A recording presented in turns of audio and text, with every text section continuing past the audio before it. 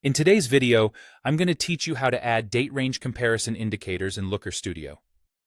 This is a handy feature that allows you to visually compare datasets over different time periods, providing valuable insights into trends and changes over time. To get started, open your web browser and search for Looker Studio. Once you're on the Looker Studio homepage, log in using your credentials. If you're not already signed up, you'll need to create an account first, but I'll assume you're already on board and ready to go. Once logged in, navigate to the dashboard where you want to include the date range comparison indicators.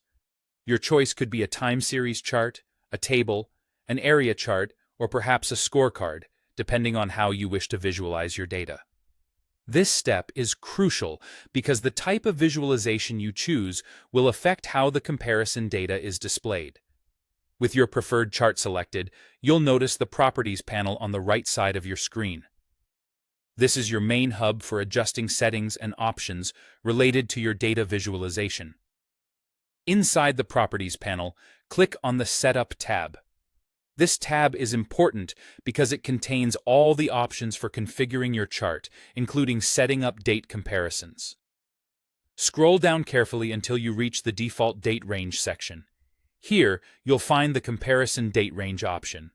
This is where things get interesting.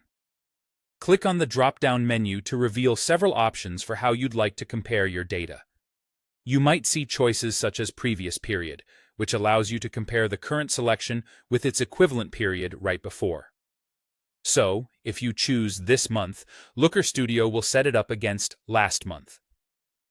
Other options include Previous Year, which compares your selected period with the same time frame from the previous year.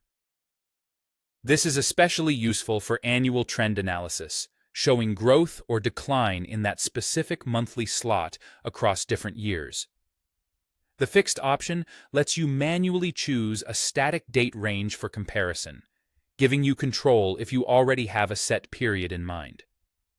Lastly, there's the Advanced option, allowing for more dynamic comparisons. Here you can define rolling periods like today minus 8 days. This is powerful for continuously updating comparisons as new data comes in. Once you've made your selection, locate the Apply button. Click it to confirm and implement your newly selected comparison date range. And there you have it. Your chart now includes a date range comparison indicator, enhancing your data visualization by showing trends over time. This feature can greatly aid in understanding your data better and making informed decisions. Thank you for watching, and I hope this guide helps you make the most of Looker Studio.